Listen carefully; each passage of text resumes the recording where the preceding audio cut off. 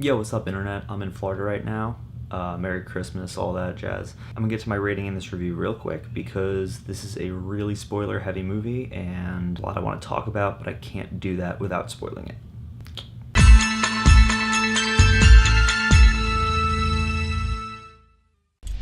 What was that? Oh my god. Get away from the window. There's someone there. Better Watch Out is directed by Chris Peckover, and it stars Olivia DeJonge and Levi Miller, and tells the story of a babysitter on Christmas, or around Christmas, and she has to defend the 12-year-old boy she's watching from home invaders, but things take a bit of a turn. I can't say much more than that. This film is really interesting. I had heard about it for a while. I heard it was very good. I didn't check it out until last night, and I was really impressed. This film is very much the opposite end of the coin of The Babysitter, and what I mean by that is spoilery, and I will explain when I get into spoilers. I thought this movie was handled very well. It was very well directed. It was very well acted. It told a unique narrative that has a lot of really cool themes that I appreciated a lot. I applaud how unique this film is, and I applaud the fact that it kept me guessing right to the very end of the film. Genuinely thought I had this movie pegged about 7 different times throughout the entirety of the runtime, and every single time I did, it took a sharp left turn and completely turned what I was thinking on its head, and I thought that was awesome. What this movie gives you is essentially Home Alone meets Funny Games, and that is a really weird combination that works disturbingly well in this film.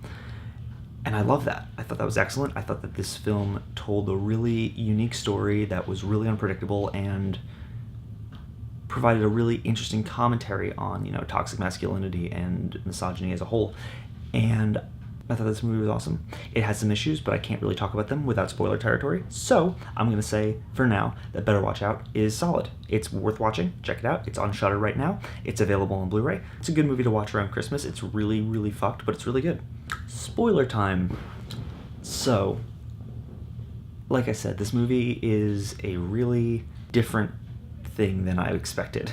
What I meant by this movie being the opposite end of the coin of The Babysitter is it's also a horror comedy, but rather than a little boy defending himself from a babysitter and her psychotic friend, it's a babysitter defending herself from a psychotic little kid and his friend. I went into this movie blind, mind you. I knew nothing about it, and I figured at the beginning that the kid was staging some things to try and impress the girl. I did not think that he was a complete psychopath who was going to take things into really gross, super uncomfortable territory.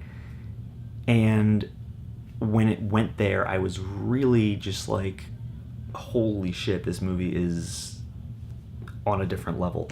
I applaud that it uses a character like Luke, who is this whiny, annoying bitch boy, in order to tell a story ultimately about male entitlement and toxic masculinity and misogyny. And this kid is an asshole, and you want to punch him in his stupid fucking face throughout the entire movie. He's such a dick, and it's really nice to see a character who is, being that, misogynistic piece of shit, not being portrayed as menacing or anything. Like, this kid, there's never a moment where you take this kid super seriously as a threat. And I mean, that's where the movie's comedy ultimately comes in, is that this kid wants so badly to be threatening. He wants so badly to have the upper hand. And in a way he kind of does, but at the same time he looks like an idiot the whole time. Right down to the way he stages the crime scene, in the fact that he thinks he has it all figured out, and there are about a million ways he's going to get caught. Which takes me to the ending, which arguably was refreshing for me, because like I said, this movie was very reminiscent of Funny Games, and I was expecting an ending where he gets away with it, and I was pleased that they didn't do that. I was pleased that he ultimately is going to get fucked over in the end. That's really driven home when, Ashley gives him the finger from the ambulance, which is just awesome. I love that. Great way to end this movie. I'm not going to sit around and complain about the lack of gore in this, because it's very evident that they had a pretty low budget to work with, and it's totally fine. There's nothing wrong with that. My problem was more with the editing around the gore. It felt more like it was almost edited for TV, and I wasn't really a fan of that. I felt that it was sort of cheating a bit, if that makes sense. There are definitely creative ways to show your gore, and I love the bit with the paint. I love the bit with the blood and the yellow paint mixing together all over the floor and all over everybody it hits.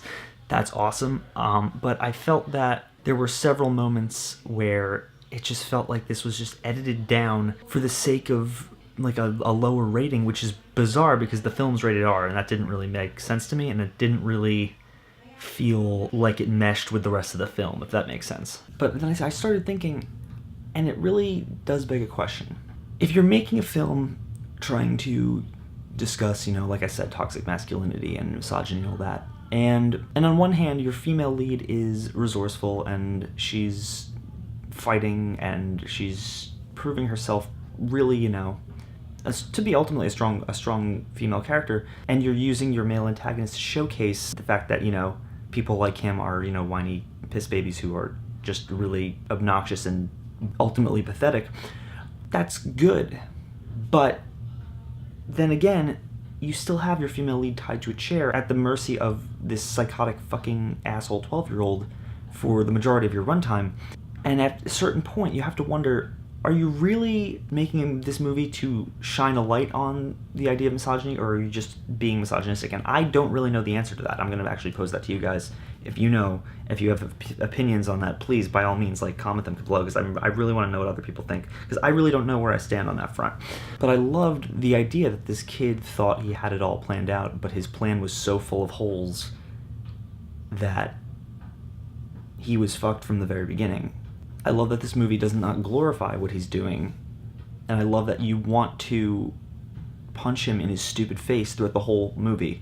I think that Ashley's a really well-written character who it's really easy to get attached to, and that makes the ending all the better when, she actually gets through it and is gonna end up fucking this kid's life up forever. It feels like it's trying to shine a light on misogyny and male entitlement, but it ends up playing into it in a way that I feel it should have tried to avoid, ultimately, if that indeed is what the themes behind the movie were, which, I don't really see how they couldn't be, because they're pretty intentional and they're pretty upfront about how the writer or director feels about these things. So to me, it bothered me a bit when it sort of stepped over the line into territory that was very much in line with the things it was trying to paint a negative picture of. I thought this movie overall was good. I do want to know what you guys think about the themes of this movie and the question I posed a little earlier. So if you have thoughts on that, if you've seen this movie, if you want to talk about this movie, comment below and just let me know what you think, because I really do want to have that discussion with you guys.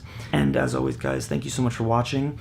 Have a Merry Christmas, Happy Hanukkah, even though it's past, all that jazz. And, comment, subscribe.